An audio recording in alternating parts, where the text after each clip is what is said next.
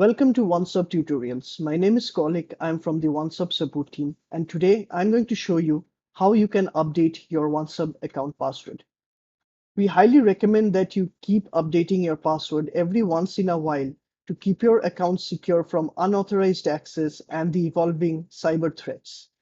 So without any further ado, let's get started. So once you sign into your OnceHub account, this is the screen that you see. On the top right, you have My Profile icon. We'll click here and then select Profile Overview. On the left, you will see Password. We'll click here. It will ask us to enter the current password and then our new password. Make sure you follow these guidelines. And we need to retype the new password.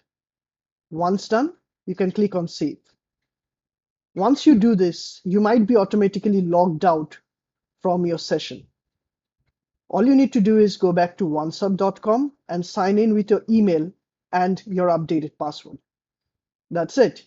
You have updated your password successfully. If you still face any issues, do reach us. We'll be happy to assist you. Thank you for watching.